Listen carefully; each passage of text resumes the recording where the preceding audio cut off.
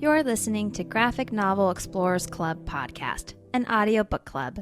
Thanks for checking out today's very first episode of the Graphic Novel Explorers Club. I'm one of your hosts, Johnny Flores. I'm joined by Francis Preziosi. Hello. And Dennis Supachana. Hey. Today we are discussing The Killing Joke. We hope you have already read today's title because all three of us have read the book and we will be discussing it. So beware, spoilers ahead. We would love for you to share your opinion and thoughts on our social media. You can follow us on Twitter at GN Explorers Club. We're on Facebook, or you can email us at gnexplorersclub@gmail.com. The podcast is available on iTunes, Stitcher, and wherever podcasts are available. And FYI, for episode 2, we will be discussing Ghost World by Daniel Clowes. So let's get into our very first episode of Graphic Novel Explorers Club. Spice it up a little bit for you, listener. Spicy is sad. Spicy is sad? No, my spicy That's is the sad. worst Spice Girl. Oh, there's Spice and then Spicy, her understudy. So what we're doing in this podcast is we're going to be reading graphic novels and then talking about them. We'd love it if you, the listener, would get involved. We'll go over all of our social media stuff, and we'd love it if you would contribute your thoughts on the books that we're reading. First novel for this, or graphic novel for this podcast, is the Batman comic book, The Killing Joke. If you're not familiar with the book, it was written by Alan Moore and illustrated by Brian Bolland. Came out in, 86, I think? 88. 88? Oh, really? That late? Yeah. I thought it was earlier than that for some reason. I totally thought that too. And a brief synopsis on the book. What happens is Batman goes to Arkham Asylum, right? Mm-hmm. And he is going there to basically tell the Joker, look, this game that we're mixed up in with each other has got to stop because one of us is going to kill the other one. And basically, this is my attempt to stop that from happening. And then from there, a bunch of shit happens to Commissioner Gordon, Barbara Gordon, also known as Batgirl, in case you've never read a Batman comic book. I have not. Well, Barbara Gordon is Batgirl. And at this time, I think it's a different person now. There's a Batwoman now and a Batgirl. Actually, we can get into that later, but she was put out of commission for a long time. And then she eventually became Batgirl again. She's Batgirl again. Oh, so she was Oracle and then Batgirl again? Yeah. Her spine got fixed? Basically, Lazarus Pit? When they did the New 52, they rebooted it so that she was only out of commission. She was really out of commission for like 22 years. Yeah. And in the comic books, which is like Bucky Long in terms of Bucky being Captain America's partner. He was dead for forever. And then they brought her back after 22 years, so they made it so she was only crippled for about 3 years, and then she became Batgirl. I think we need to tell our listeners that there's some spoilers ahead if we have not yet already. Yes, there will be spoilers. As in, I didn't know she was Batgirl again. After 22 years, she can't be Batwoman? Like, there's a separate I would Batwoman. like a promotion. There's a Batwoman, and she's got like a 60s look, right? Like she's got like a mask with like a arrow kind of cat eyes look. Johnny's making hand gestures. I was describing it too. Well, that's the old school Batwoman. Now there's a new Batwoman. She's pretty sleek. I don't know. She looks. For some reason, I thought I had seen drawings of her with like Did it look a pointed mask. Did it look like a baseball cap? No. Okay, that because there's DC Bombshells. That is kind of a retro pinup girls. Batwoman. DC Bombshells. Yeah. So that'd be like all like say you have a superpower, but you're obsessed with Betty Page. That's exactly. And you're what like, it is. I'm going to fight crime, but I have to have my Betty Page Exactly. blunt cut bangs look. Yes, that's exactly what it is. It's actually the whole comic is written by a woman, so it's very. Oh, You know. I will never read it then.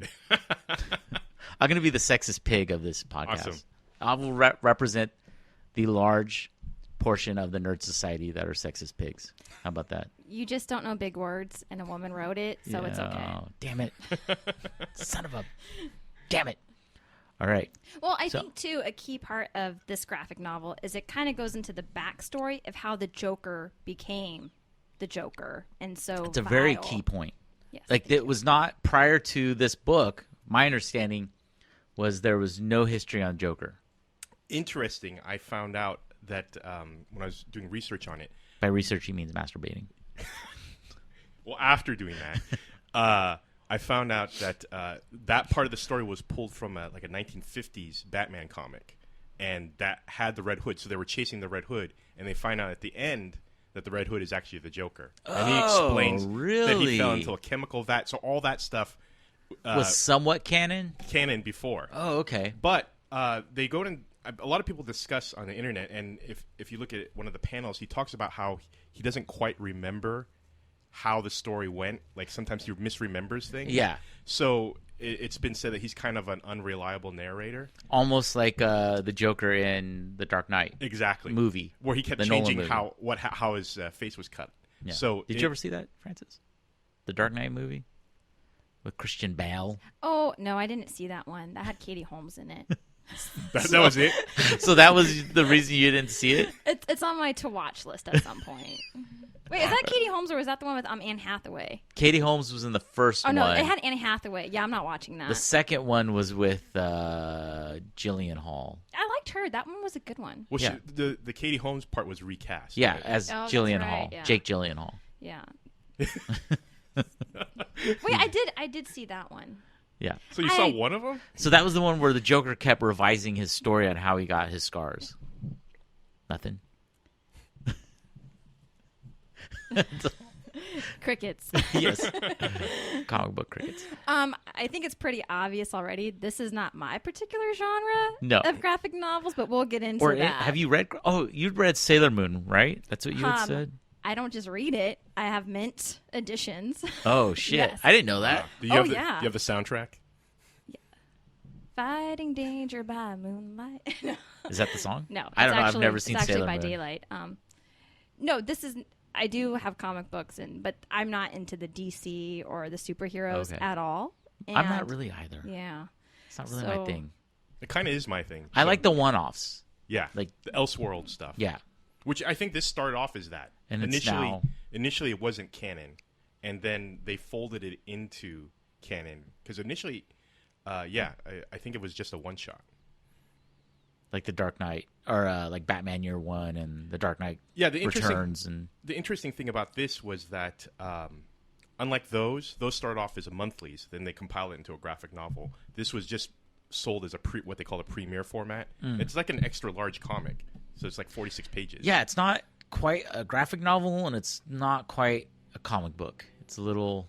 I forgot how short it was. I did too. I was not expecting it.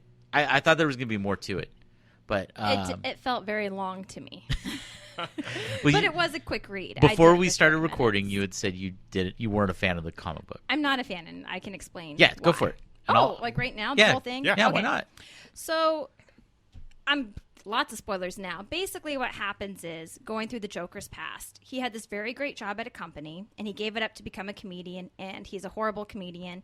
He has a wife and a baby on the way, and he needs some money. So he meets up with the bad guys, with in quote marks. Well, they knew he was previously employed at a chemical factory that's next door to a place they want to break in. Which, oddly enough, is a card company. Yeah, correct. Like, I don't Like understand. playing that- cards. See, I wasn't That sure if it was. didn't come across in the book.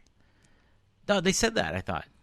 It didn't hold my attention. Oh, I wasn't sure if it was like a greeting card company or a playing card company. I thought it was a playing card company, but then I thought, why would you have such a big factory for a playing card company, and what's in there that's worth stealing? Payroll. That's Oh, what. yeah. Yeah. So basically, what happens? I'm not going to get into all the details. I'm sure you guys will fluff it up as needed. But so he agrees to help these bad guys break in because he knows the company. But right before, his wife has an accident. Well, and- he agrees to break in because he's doing so poorly as a comedian. He needs money, and that's how they sell him on being their accomplice. Is hey, if you'll get a cut of this money, and that's what he says when he's looking out the window. He's like, there's girls on the street that are making more than I am. So he's not doing like he's a decent guy almost. No. Let me finish. said almost. No, let me finish. He's not, and that's why I don't like this book. I'll get there. So, right before he goes to do the job, his wife dies, loses the baby. He wants to pull out. The bad guys are like, "It's too bad. You've got to do it." So, long story short, which I'm sure Johnny and Dennis can fill in, they go take whatever. They get caught. he falls into this liquid and he becomes the Joker. But here's the problem. At this point, when he becomes the Joker, you should have sympathy for him. Yeah, I can hear you. So you should have sympathy for him. I don't have sympathy for him, and this is why. He had a good-paying job. He left it to try something. That wasn't working out. Go back to your good-paying job, right? Also, his wife says, like, he yells at his wife one night, and he says, like, I'm sorry, I'm horrible. She's like, no, don't worry, I love you, and you're good in bed. That, to me, tells me their marriage isn't really that great. Like, she's just there for the sex, and he's a deadbeat. Well, maybe that's why she said it, is because he was so...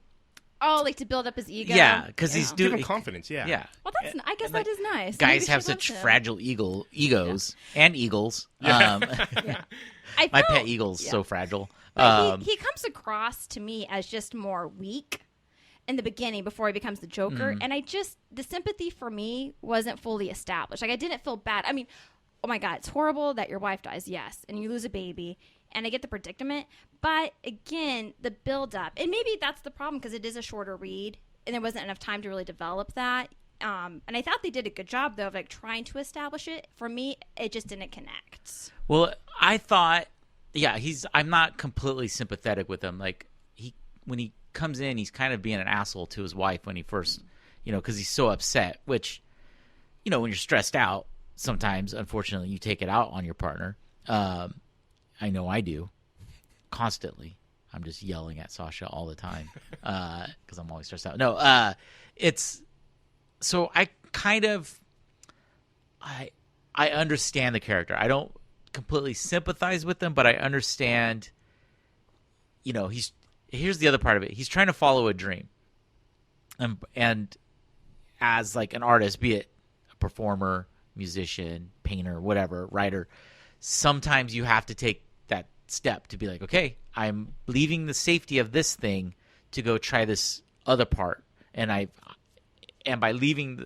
guarantee you, both Alan Moore and Brian Bolland, the writer and the illustrator, probably had day jobs before they were writers and artists. And that was a step they had to take to be like, okay, I'm going to leave the safety of my day job where I get steady pay. I have to be there, 5 days a week. I get benefits and all that. But I'm going to go pursue my art. And hopefully something comes out of it. Maybe I have to go back and get my job. So, I don't know. I'm a little more sympathetic to him trying to follow his dream. It's unfortunate he chose to do it when his wife was 6 months pregnant. And I'm surprised she was like, maybe we wait until the kid's born. But for storytelling purposes, it was needed. That was... but yeah, he's not a completely sympathetic character. I had a lot of sympathy for him. I saw it as maybe his wife wasn't even pregnant when he decided to make that leap of faith. Yeah, that's true. And then all of a sudden, he's like, okay, I'm going to be a comedian. Oh, by the way, now I'm pregnant. And so now he's really like a lot of pressures on him to be that good comedian. So he's really forcing himself to try to be good, and he's not.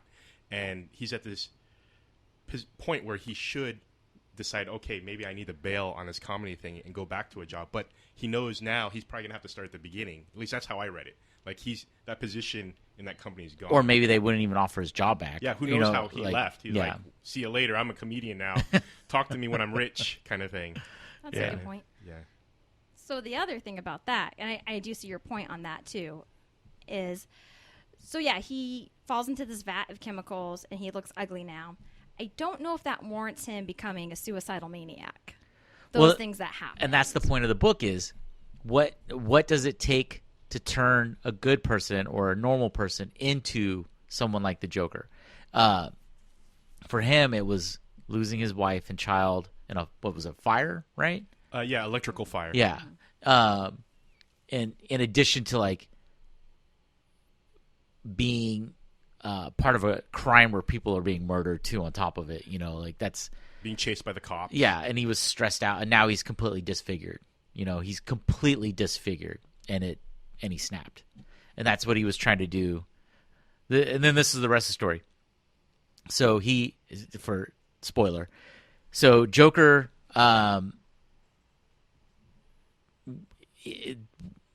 arranges for someone to take his place in jail or in Arkham Asylum, and he escapes.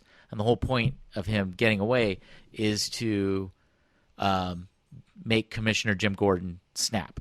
And he does that by shooting Barbara Gordon, also, as we were discussing, Batgirl, in the stomach or in the abdomen, and it winds up paralyzing her.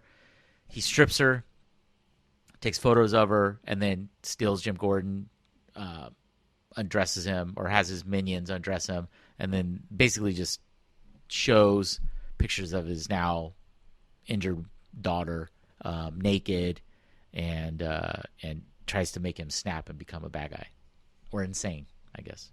So This will sound horrible. I didn't think what they did to him was that bad. Like for the Joker, like I thought like it was kind of weak. I was like, okay. I don't know. Seeing your daughter shot in front of you. I know I'm a horrible person. and displayed like that. Yeah, and like having like she's now crippled. So sorry to interrupt. That's okay.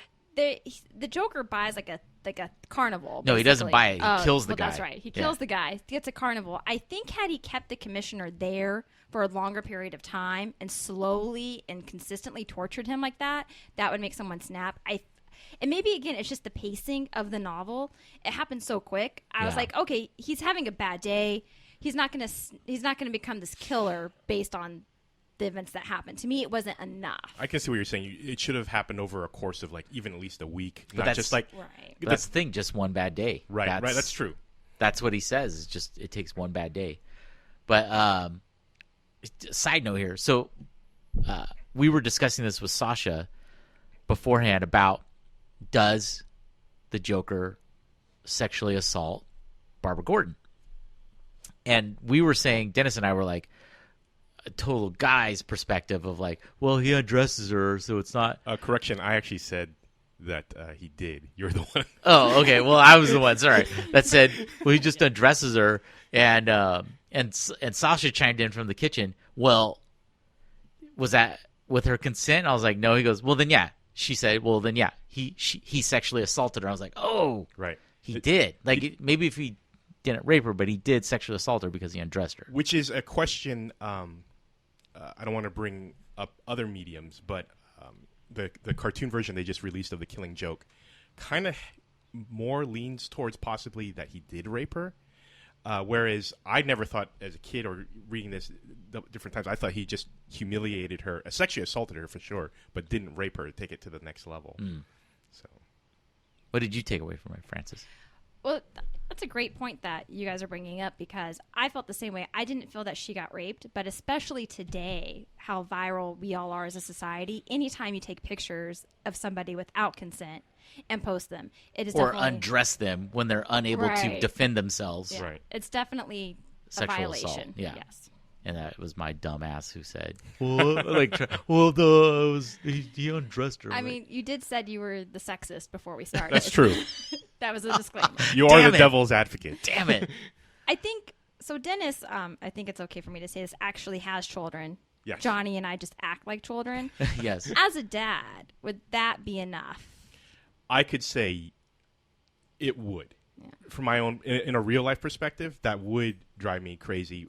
And I think the Joker's thing isn't so much that he's going to make Commissioner Gordon into another Joker. Is he going to make Commissioner Gordon willing to break the rules? So that big key part is that when Batman rescues Jim Gordon, Jim is insistent on you got to do it by the book. You can't just throw him off a bridge or something Yeah, like that. because the Joker would win. Right. And so that's what the Joker wants. It's not so much that the Joker wants Jim to go crazy like him, become a supervillain. It's like he wants him to just break his moral code because of this Societal rules. He wants Right. him to now operate outside of societal rules, which Batman does. Right. Like Batman does not follow the law because he's a vigilante. Well, and that's the argument is that Batman and Joker are two sides of the same coin. Yeah. Both of them had one bad day.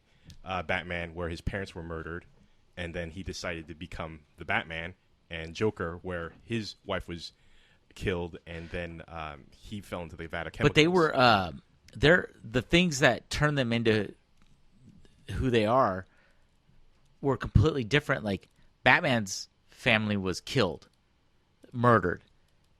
Joker's family died accidentally. It was not anything intentional. It was an accidental death.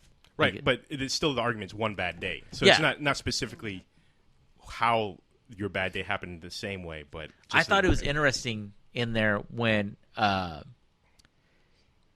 Joker realized that Batman had something bad happen to him, was trying to figure it out, and he came so close. It was a girlfriend that was murdered. Or, right, going all over the different scenarios. Yeah, like it was. He knew there was something that happened similar to him. Because you can't be on the same side of the tracks, so to speak, this area, without having something break you. Then that was his whole theory. So the interesting thing is, the commissioner, when Batman comes and rescues him, is he still says, I want him brought in, and I want him brought in by the book. So he didn't break him. So no, he didn't. Yeah. So, did you guys already establish that? Yeah, that's what we were talking about. That's what we were saying. Thanks for listening. You guys started talking about Batman and... Oh, sorry. I meant like the commissioner. Yeah, you might have said it. Going back to commissioner, he for sure didn't break him. Yeah. So, No, he was... But Batman at this point is already broken. It's kind of the argument. He's already... in a different way. Yeah. That was a weird thing for me to see Batman be consoling to Commissioner Gordon, like they were, he was trying to sympathize with him. You don't see the Batman do that in a lot of. He's always standoffish, stoic, a loner, whatever title you want to put on him. He's so deep and mysterious. Yeah, I wouldn't even say I guess mysterious. It's his whole persona is to be mysterious. He wears a mask. But like he's never comforting to anybody. Like he always, even like his own team, he tells them get the fuck up and let's get moving. He never was like he was with Jim in this. The only time I remember as a kid seeing Batman have emotion was that time, and when he's crying holding Jason Todd, who was the second murder Robin. He was the second. Jason Todd was the second Robin, and the Joker beat him with a crowbar and then blew him up and killed him. But yeah, so the scene with Jim Gordon follows his visit to Barbara Gordon, which he actually showed compassion to her as well, where he's touching her face, and you could see like visible rage in his hand where he's crumpling the Joker card, and you can almost see it where in his mind he's like, this is it, I have to end this before more people get hurt. Which we'll skip ahead to the end. So was there an end? There is. Yeah, so this is it's very interesting. So yeah, go ahead. So it gets to the end. Joker tells the joke, and then Batman and him are laughing, and the police are starting to show up, and then Batman kind of puts his hands on Joker's shoulder, and then it pans down. It goes to the rain, the rain hitting the water, creating ripples, and it's somewhat implied maybe the Batman did kill the Joker right then and there. So, see, for me, and I went back and reread that section like 3 times, and it's basically there's no copy at that point; it's just graphics. Yeah, and I still wasn't getting it. It really does leave the reader. You do have to fill in the blank, but I was like, huh, like and to be fair, I don't follow the series, but I still didn't quite. Well, looking at it as a one shot, you could see that potentially that ending would have happened. And so, yeah, as a kid, I was very confused by that because I didn't understand all this horrible stuff happened to Batman's friends, and he's laughing at the joke that the Joker did. So I don't know if Batman actually snapped. And when he puts his hands on the Joker, I wasn't sure if it was one of those things where you're laughing so hard. You're resting on him. But to compare the two different mediums, so in the comic book, like you said, they're laughing together. Then you still see the siren sound, but the laughing sound stopped on both ends. And then the siren stopped and you just see the pictures. So why did the laughing stop, but the sirens didn't? And then in the cartoon, how it ends is they're both laughing. The Joker's laugh stops, but you can still hear Batman laughing. There's no sirens because the police aren't here yet. And you just hear Batman laughing until the credits. So, for whatever reason, in that one, the Joker stopped laughing. Yeah. So, it could be implied that actually Batman's has finally snapped and almost had become Joker-like, I guess, and decided to cross his moral boundary and just decided to kill the Joker. So, did either of you think in the comic book version that they both killed each other? Because Batman did say that in the asylum, like, one of us is going to kill each other. We're going to kill. Both of us will die. Is that a possibility for this ending? I don't think so because he like it wasn't implied he was carrying a weapon. Like he did the acid spray and it hit him in the shoulder. It hit Batman in the shoulder, He tried multiple times. There's multiple weapons that keep getting disabled. Yeah, and then he even tried with the gun, and he didn't realize the gun. He brought the joke gun. And the poison hand shaker thing. So he tried. The Joker definitely tried to kill him. But that is good foreshadowing that you were pointing out. It's like Batman's talking about how maybe we'll kill each other, or maybe you'll die. And so, especially if you look at it in light of this is a one-shot at the time that it was written, that it could be implied that they both died. No, that the Batman killed the Joker. Oh yeah. I don't know if he would like. Maybe this is my optimistic outlook on things. Like I don't know if Batman would do that and betray Jim Gordon, like one of the few people who's not a hero. You know, he's a regular hero, not a superhero. That he's built all this kind of rapport with. But what if Batman had 2 bad days now? Oh, that's true. And what if, the commissioner wants him to do a certain way, but Batman feels that's not the right way? So to him, he is still doing right by him, even though it's not the way he necessarily wants. By killing the Joker. Yeah. You brought up a good point about the foreshadowing. I will say this.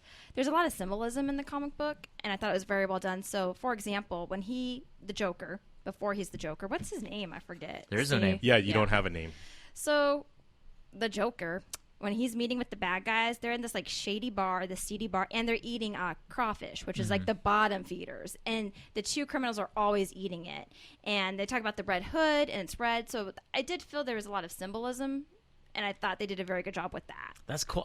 Thank you for saying that, because I couldn't figure out why they were eating crawfish. That's how I took it. I was like, what's they're bottom feeders. I couldn't figure it out. I was like, why are they eating and it's crawfish? It's not the fancy lobster bottom feeder that's still accepted by society, right? It is the lowest of the low. Yeah, you get them out of a low creek. Meat. Yeah, they're dirty. They eat shit. They're shit eaters. I never even thought of it. That's because they were the only thing that was colored in that scene. And I was like, why are they? What is the significance of the crawfish? That is the genius of Alan Moore when it comes to comic books. Like we'll have to do the League, like the first 2 volumes of League of Extraordinary Gentlemen, or The Watchmen, his probably most well-known book. Are you looking at that fly that's on the? Yes, I am. Shoo it away. And V for Vendetta. Yeah, I've never read that one. But there's so much just subtle implied things in there. Like there's a character in The Watchmen, I won't give it away, that you don't realize the character's been there the entire run of the series until the person reveals himself, and you're like, fuck, like it's so subtle and hidden. And I didn't catch it until I read it like the 3rd time through. I was like, oh, that's who they are. Like, okay, I get it. He's just, or Top 10. Did you ever read Top 10? Mm-mm. Oh, that's really good. It's like this. It's set in a world where it's entirely populated by people with extraordinary abilities, and then it follows the police department, the Top 10 police department, where it's superheroes that go out and police and they're solving mysteries and crimes, and then they've got their own personal shit wrapped up into it. It's a really good series. Like, he's a great writer. Yeah, 2 things on that. What I found interesting in researching this book is that somewhere back in 2000, he actually distanced himself from this story. I think he's distanced himself from anything he's done for DC. Well, he's distanced himself from DC, but he still, I think, liked The Watchmen. He still liked those stories, but he really actively said he didn't like the Killing Joke. Like, he felt it didn't say anything interesting or made no point, which I thought was interesting. I agree with the writer. Look at that. And then on your point about how you thought the coloring was interesting for the crawfish and the Red Hood, like I showed you guys, I brought my old 1988 copy of the graphic novel, and at that time it was I think it was colored by John Higgins. I think that's who it was. And it has a much more technicolor, like the flashbacks aren't in black and white. They have this weird orange. Yeah, everything. It's like they first learned how to use Illustrator or something, or Photoshop. I don't know. It's like hyper colored. Yeah, and when I read it as a kid, I saw it as more like this fever dream, like this weird kind of like bizarro kind of light to it. So like it's Joker's crazy ass. Yeah, like how he's remembering things. Yeah. And then, it wasn't until they released, I think this was the deluxe edition, which is the one you can find on Amazon now. It was 2006. and the illustrator himself actually colored it the way he wanted it to be. And they make a big deal about it in the beginning, like section where they talk about the color. It's more accurate to what he wanted. They changed it where if you noticed, well, you wouldn't have noticed, but they got rid of the yellow circle that's normally around the bat symbol. And I did notice that, and I'm not big into Batman, but I thought that was weird. I think it was making it more consistent with that time period's Batman, or at least maybe the modern Batman. But yeah, some of it just seemed less creepy to me. I mean, it's much cleaner illustration, and stuff like the flashbacks were clearly now flashbacks, and you could see certain things highlighted, whereas in the other one, everything just seemed technicolored. Well, I'd be curious. Sorry, I'd be curious to hear more from the author of this, because I write, and as a writer, sometimes you might have an idea for a story, you might want to go a certain way, but the people who make the decisions and who are going to finance things, they're going to make you change it and do it their way. So maybe I'd be curious to see what his original idea was. Well, by this point, Alan Moore had kind of made his bones, for lack of a better term, through Swamp Thing, right? Like he was. I don't remember all his work back. Well, yeah, you're right. Swamp Thing was the one that like really put him on the market, or like made his name knowledgeable. So yeah, who knows? Maybe he didn't have the cred yet to like complete. I can't see your eyes. Is that what you're trying to do? I feel like no. Carry on. Well, and then he even said like it was his idea to paralyze Barbara Gordon, which is a big deal.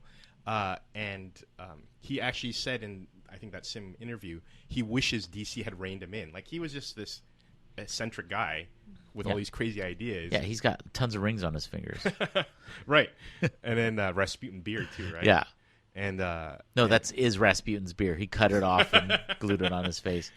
But yeah, I mean, he had all these crazy ideas. And I mean, when I was a kid, that was a very shocking story for me to read. So that was my first dip into like graphic novels and like adult Batman stories. Yeah, see, I never read comics until I got two comics when I was a kid that were given to me on my 10th birthday, and it was G.I. Joe and then a Transformers Spider-Man in the Venom costume crossover, and I just wasn't into it.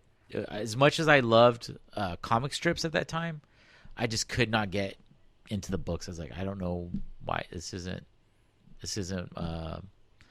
like the storytelling was different than what I was used to on the cartoons, and I was just like, it's not my thing. And then I didn't pick up another comic book until I was probably in my late 20s. Oh, really? Yeah. Wow. I read Archie. Right on. Because my mom brought them every 2 weeks on payday. And why was that? Because they were like, okay, they were PG enough for you to read? No, my mom liked them. So she bought them for herself. Yeah, my mom, she had like all the Archies. And it was always, who's going to get the man? And Betty or Veronica. Yeah, and I just started reading them. And then I didn't really get into comic books until I was 19 because of my roommate at the time. But I've never been into the superhero stuff. It's more the indie. Yeah, that's what I tend to read is like Jeffrey Brown, or like this one called Alan's War. Like those are I read. I don't know. I don't read. I'm not big on the superhero comic books. They're not my. One of the things that puts me off to the superhero comic books is there's no consequences in them. They're like something happens where a character can no longer be around. And maybe they're not around for 6 months or a year or two, and then they bring them back. Like, I wish that's one of my big gripes about the ongoing DC and Marvel books is there's no end to it. So I really wish one of my dreams would be of like I would get into is if they did a series over 7-8 years, and they're like, okay, what happens in this book? It's only within the series, but there are consequences. So we will not. If someone dies and they don't have a regenerative power, they're dead. Like, that's it. And, I don't know. I would just love to see that happen where. Yeah, I grew up on comic books. My parents would go on road trips, and they get me like this $5 grab bag of comics. So I remember those. You get them like at 7-Eleven. Yeah, exactly. It would just be random issues. The bound thing. Yeah, so you couldn't pick. You might be able to pick the first cover one, so it was usually like an X-Men or something like that. But So there's one good one and then a bunch of... Yeah, like random Thors where he's just walking. I remember I was really mad because one Thor issue I picked up was like, all right, Thor. He's just walking around in the snow griping about his arm being crippled. And I was like, this is weak. But, I loved comic books. So I love comic books. I was part of that craze in the early 90s where people were buying different covers. Oh, yeah. They were doing all the collector's editions. Right. And then I dropped out of comics during the mid-90s because I was just into music and all that kind of stuff. Fortunately, a lot of the 90s comics that I've seen now are really awful. I remember Wildcats was big. Yeah. Like, well, that's Jeff Liefeld, the guy who can't do feet right. Yeah. Who does those weird little tiny feet. Well, and it was like, I remember that was when, I remember the aesthetic of comic books from the 90s where they started to get like hyper muscles, and they did a lot of like the Cable look where their things were like bound in metal. Right. And it was like everyone looked silvery. like Colossus. Yeah. That was like huge, and like they always had an arm that was... They had bands of the metal. Yeah, so shiny metal. Right, exactly. And that was just like the action figures. They had a line of Star Wars action figures that were super muscular around the 90s too. But to talk about your consequence, that's actually some feminists point out that's one of the things that they didn't like about this comic was that normally you kill Wolverine and he comes back 6 months later. Mm-hmm. Captain America gets shot, but then now he's okay. Barbara Gordon stayed crippled for 22 years, and it's what they call I forgot what the term is. I think it's woman in the refrigerator. It goes back to one of the Green Lanterns. His girlfriend was murdered by one of his arch villains and stuffed into a refrigerator, and so it's the stereotype storytelling thing where you murder someone's loved one, usually a female, and then to motivate the male. So it's not about the murder of the woman. It's more about the motivation of the man. Yeah, so it's a plot telling kind of. But on the other side of it, though, is she came back.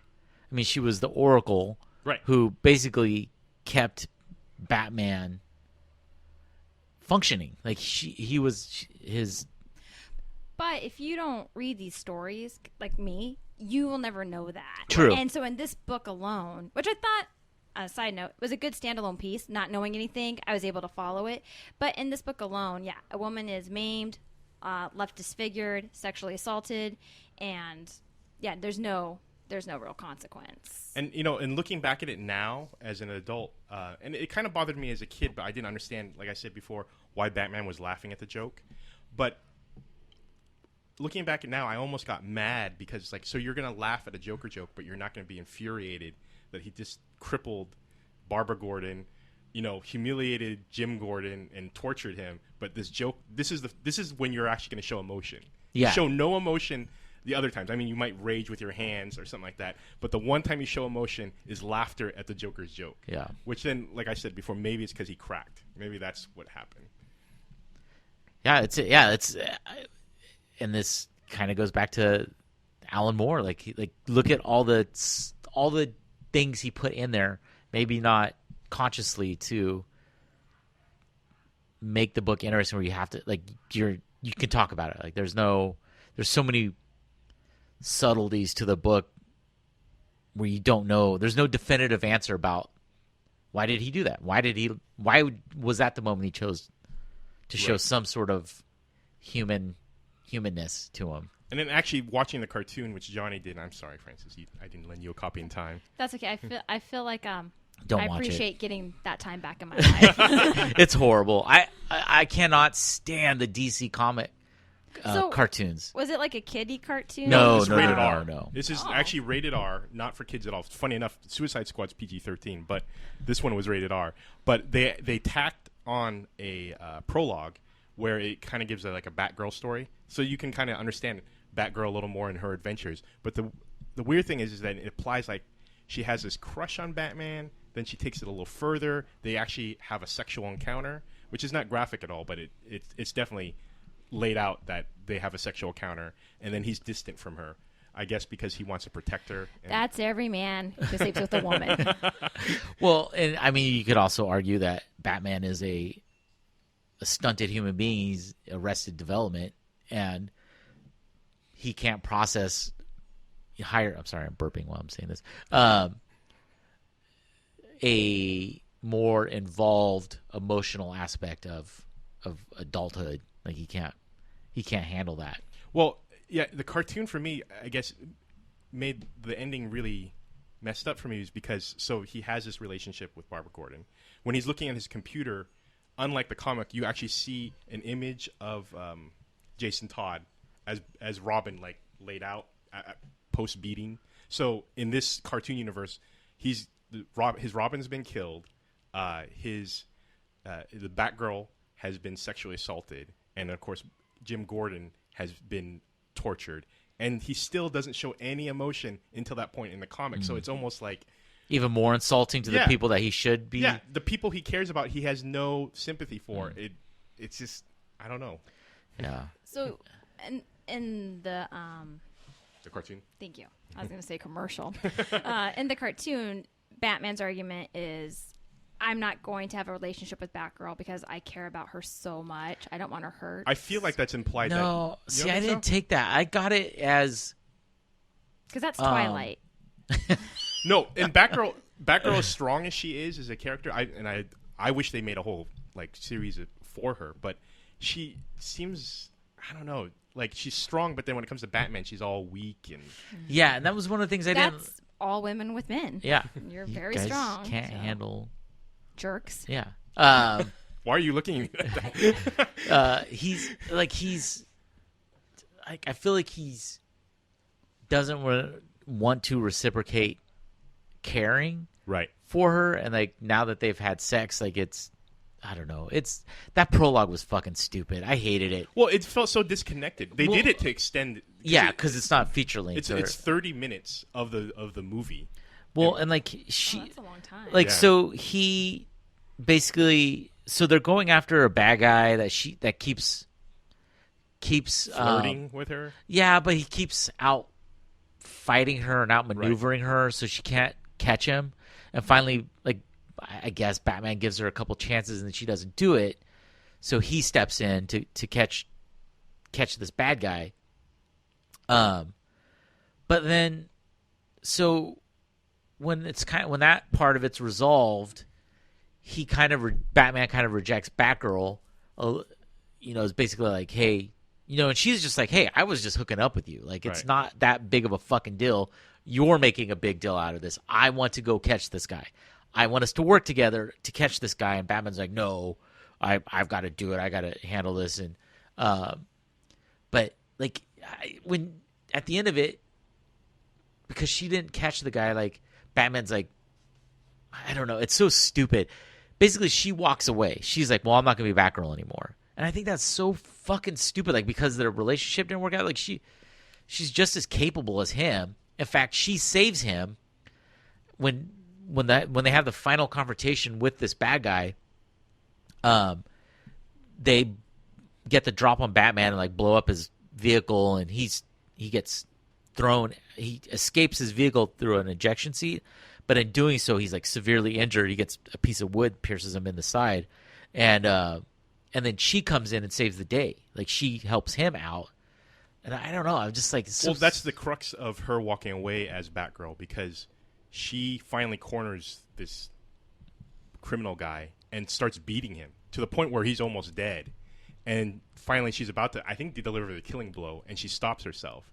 And then there's a point where she realizes she doesn't want to be like Batman, because Batman's takes it to the next level. She wants to stop the bad guys but not be that far, and so she actually steps away from being Batgirl because she doesn't want to tread into that darkness, that dark territory. And she hasn't had that kind of traumatic event like Batman had, where he lost his parents. I mean, she just wants to do good, just be one of the good guys, and so she doesn't have that dark side that Batman allows him to kind of traverse. Yeah. So that's what ends up I don't know. happening. The cartoon was stupid. No, overall it was dumb. And then so they add some dialogue. There's the one part that disturbed me was in the comic book, Batman's trying to find out from all the different criminals, like if they've heard where the Joker is. And there's just some panels of him talking to different criminals. Looks like he's talking to some prostitutes. But in the cartoon, they actually give dialogue to the prostitutes, and the prostitutes say, "Yeah, we haven't seen the Joker. Normally, he comes sees us after Yeah. he gets broken out." But then they say, "We haven't seen him at all. He must have found a new girl." And this is after he's sexually assaulted Barbara Gordon. So whether or not it was their intention, the implication that the prostitutes are saying, "Well, he hasn't come to us because he's found a new girl," and then he's stripped Barbara Gordon. The other part of it that I didn't even pick up on that. Like what I in that scene, what I didn't like about it, which now I'm a horrible I am the sexist because was like the Joker to me has always been above in the iterations of the Joker I'm familiar with. He is above those types of needs. Lust. He's not out for. He just likes to fuck with society. He's not after money. He's not after like carnal pleasure. He's not in it for status in any way. It's just he's insane, and he found a nemesis that he can continuously do battle with, and hurt through the things that he does to the common people. No, I agree. That's my take on the Joker too. Was that obviously there's a thing between him and Harlequin, but I never. But she's as insane as him. Right. That's the thing. Like that's what drew them to each other. Right. Was she got his mindset, and she devolved into something that he can understand. Yeah, but I never saw the Joker as like, well, I'm out of the prison. I'm gonna go see some prostitutes. Screw. The cartoon was just awful. The voice work and stuff was good. I, unlike Johnny, like the animation quality. I don't. I think the Batman, the animated series, set such a great standard for what you could do with animation that just anything else that DC has done since then, even Marvel, is just they're the few movies they've done. They look like shit. They look like shit. So, Dennis has read the original comic book. He's read the deluxe comic book. He saw the cartoon. What's your favorite? Well, you know what? Funny enough, it's been a few years since I've actually sat down and just read the Killing Joke. The Killing Joke is referenced in a lot of DC stuff now. The video games have pulled in scenes from it. The image, movies. Yeah, the image of him in the Hawaiian shirt with the camera is iconic. Red Hood stuff. In the Tim Burton movie, It was I don't know if you caught it in the cartoon. They referenced the Tim Burton movie when Joker's on the beach, telling the citizens of Gotham City, saying like, "Hey, I'm poisoning all of you guys." Like, and there's a little image on the computer that Batman's looking at, and it's that image, which is funny because they pulled it from Tim Burton, pulled that from this comic book, right? And it would have been right around the same time. Yeah. But looking back at the story, I like elements of it, but honestly, now I kind of hate the Killing Joke. Yeah, I feel like I think it's a bad representation of Batman. I just don't understand. I still don't understand the ending. If it's implied that he cracks and he kills the Joker, I guess. But it's just like he's so cold to the people that he cares about in his life, and it's just like I just don't understand. Like in the cartoon and even in the comic. At the end, he lets the Joker start talking this joke out, and I was like, "Just beat him up. Why are you letting him talk?" Well, maybe that's him showing a little bit of respect towards him. Like if the argument is they're two sides of the same coin, it's kind of like I have to kill you, but I'm going to let you say your last words. And even his initial talk with the Joker, which you were talking about, where he approaches the Joker and says, "Look, we need to resolve this. Either I'm going to kill you or you're going to kill me." I'm thinking, how many lives of the Joker taken? Like, if you just ended it now, you would save so many more lives to continue to be on the moral high ground, so to speak, and not kill the Joker. I just don't get it. And in fact, in the cartoon, the freaks that are in the circus, I don't know how the Joker finds these people, but in the cartoon, they actually fight Batman. In the other one, they're just running away, which makes sense. But somehow the Joker's conjured up these fighting circus freaks.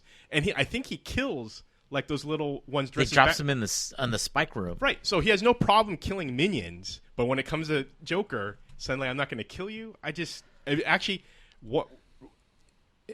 digesting all 3 versions at once, I actually hate it now. Yeah. Like I like elements. I like the origin story. Well, there's some great iconic images like on the cover where he's holding the camera, or the one where when he goes insane and he's got his fingers up in his hair. I remember that from when I was a kid. I was 12 or 13 when this came out, and I just remember seeing that poster up.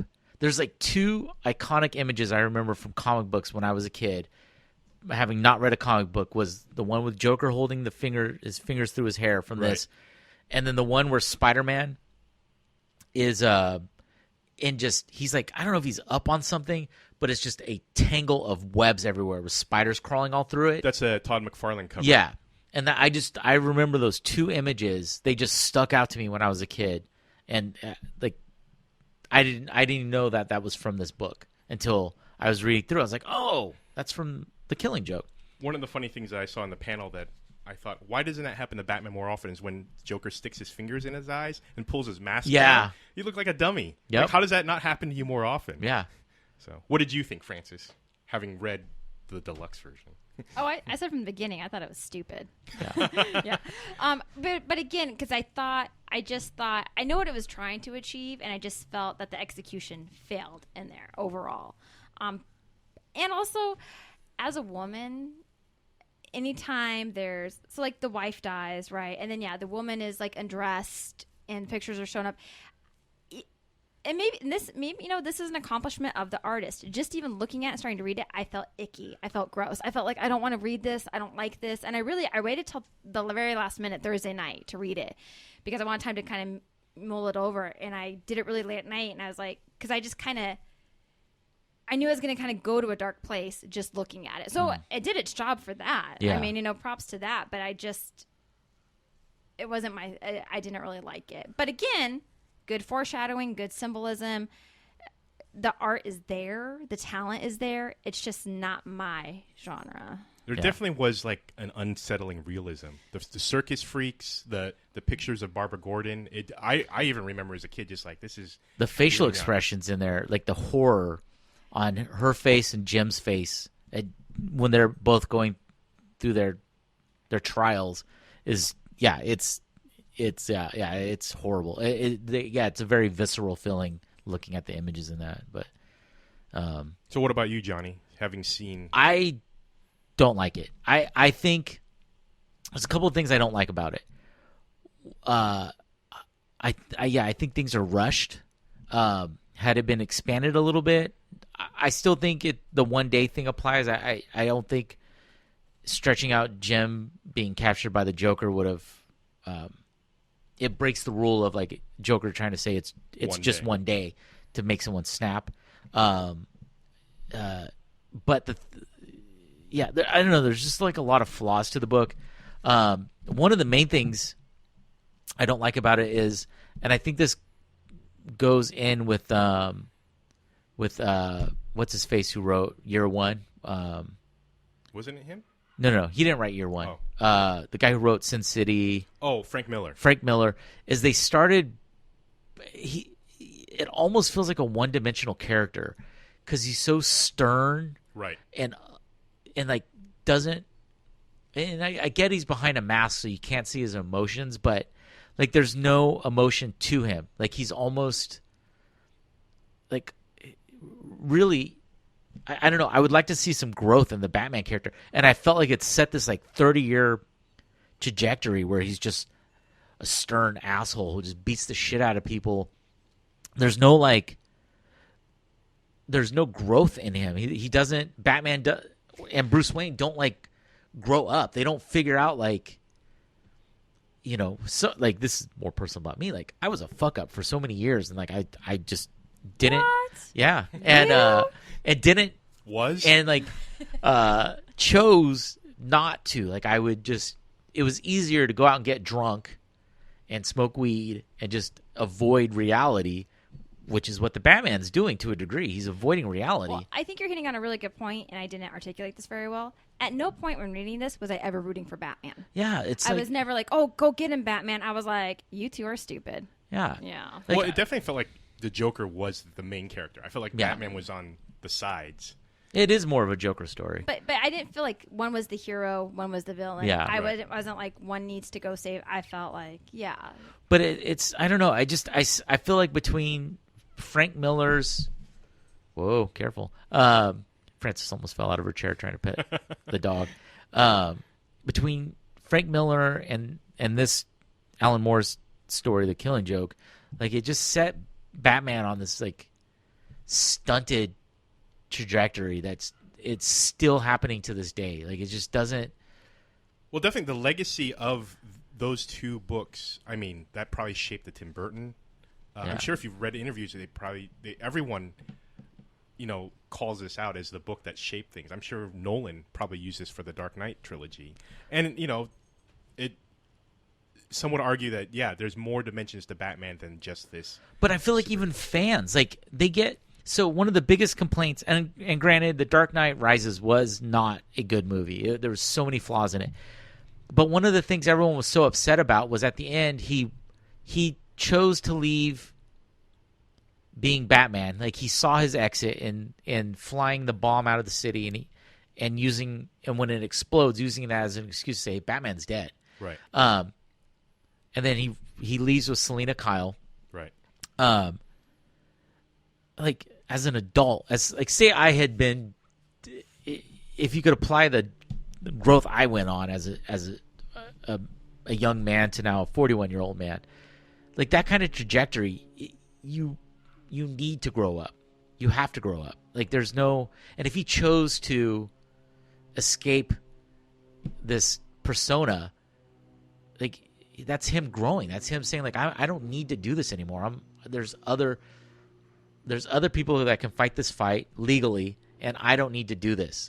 I'm not needed anymore. I can be an adult. I can grow up and like I don't know. I just it's a shame that the fans expect that of the character to never ever grow up. Well, I think that's the fallacy of comic books and the suspension of disbelief we have is that one, they never age, right? I mean, you pretty much have Batman the same age forever, and it's this weird thing where if they have a baby with a character, suddenly their son is a teenager, yet they're still the same age. Yeah.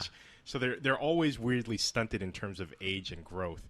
And then I mean, you have to cater to the fans. It's occasionally they'll try to change things up. I know Batman recently had retired, and he was like, "I'm going to be Bruce Wayne. I don't want to be Batman." And actually, Jim Gordon ended up going into this weird robot bat suit and was Batman for a while. And no one liked it because everyone wants Batman as Batman. Everyone wants Bruce Wayne as Batman. And so they have to cater to those. But then Batman Beyond was great. Well, so that's the great thing is when they can just do like an alternate timeline universe or something like that where they can actually have some growth. Like Marvel had this thing called the Ultimate Universe, which was like this parallel universe of Marvel. And they had, their own Captain America and Spider-Man and everything. And in that universe, they actually killed Peter Parker. Yeah. For good. He stayed dead. And then some other kid became Spider-Man. The Hispanic black kid. Yeah. Miles Morales. Yeah. And so that was great. But they can only do that in those kind of weird alternate universe kind of things. Yeah, the character can't grow. They either have to die or right. or jump 30, 40 years ahead when they're old and they can't can't do it anymore. Because it's always the weird thing is when they have some time traveler come back. I'm your son from blah, blah, blah. And then, that's only like a few years away that the future happened. Yeah. It's, I don't know. It's just disappointing that they can't. The fans have painted these, writers and artists into this corner, and then the writers and artists, through whatever, choose to stay in that corner. Mm-hmm, it's, I don't know. It's little.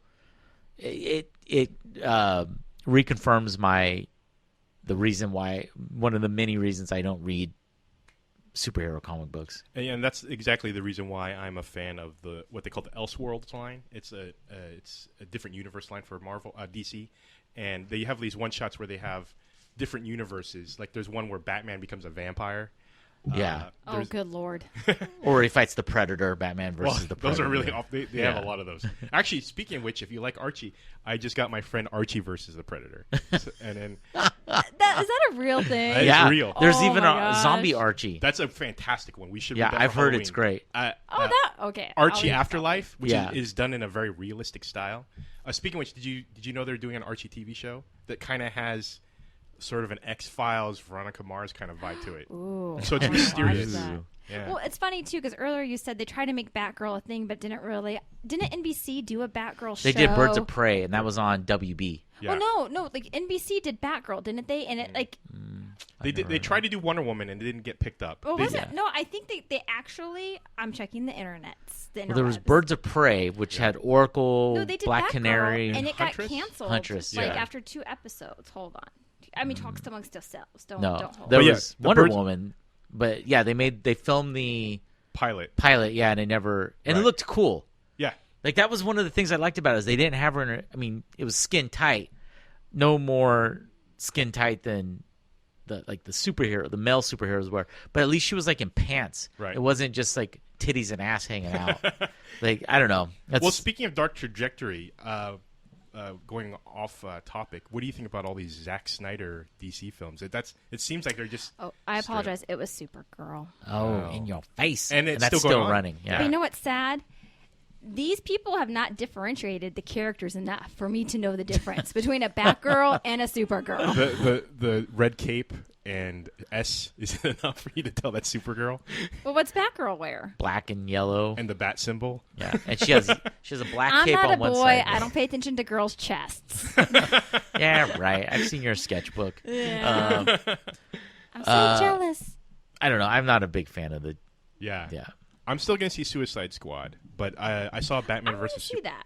Yeah, it looks fun. Although I'm tired of superhero movies. They're Are you? getting played out. Really, Oh. I haven't seen one since Age of Ultron. So, interesting fact about Suicide Squad that I heard.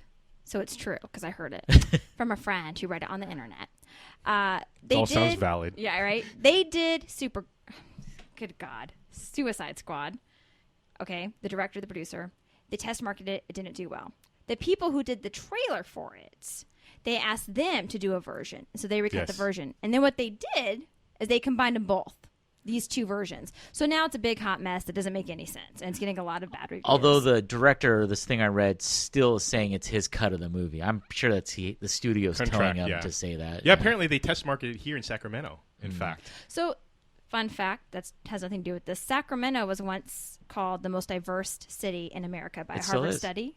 And that's why a lot of test campaigns will come through here, which is why 5 years ago, Lay's potato chips had a dill potato chip that I loved, and it went away. I think it was a test market product, and I'm still devastated. we do love Lay's potato chips. Yes. You work in marketing. You would know these things. I do. Now, Lay's is the one that does all the weird flavors, right? Yes. Yeah. Yeah, I tried a lot of them. They weren't very good. The biscuits and gravy was. You should read the Shitty Food blog. He talks about those. Oh, the Reuben The- one was the worst one. Oh, The yeah. what Reuben was- one? Reuben, the was Reuben bad. sandwich. Reuben? I Oh. liked the biscuits and gravy. It tastes like biscuits and gravy. It did. It tasted like floury biscuits. It was weird. Flowery Yeah. biscuits. Oh, some flour biscuits. All right, Francis, where can people follow you if you want them to follow you? Oh, don't stalk me. Okay, all right. Oh, actually, thank you. You can follow me on Instagram at Words and Waffles because I write words and I eat waffles. Waffles are good. I like what about, that. Thank What you. about you, Supachana? I just set up a Twitter account for our little podcast. It's GN Explorers Club. So you can add that. And also, if you have questions or remarks about our podcast, you can email us at gnexplorersclub@gmail.com. All right. And then I have a podcast What? here in No town. one's heard I of do, it. Yeah. What's Called that Serious podcast? Talk Seriously if you want to follow that. STSpodcast.com. That sounds kind of serious. It's super Seriously. super serious. It's Serious Talk Seriously. And it's serious talk seriously, not seriously serious talk. People butcher it. It's fine. As long as they STS. That's why it's STS Podcast. That's easy. Oh, very good. It's not Easy. STDs, so that's good. No, that's a different website. All right, guys. Thanks for listening. Yeah, Yeah, thank thank you you. for Whoever's listening. out there. Appreciate it. Very much. We will see you in 2 weeks. Wait, what are we going to read next? Ghost World. Are we doing Ghost is World? that Ghost World? Well, that's Okay. that's what my calendar says. Oh, that's right. I Ghost don't World. I don't know if that's true. We Okay. can change it. Yeah, whatever. All right. It'll probably be Ghost World. We'll update the website.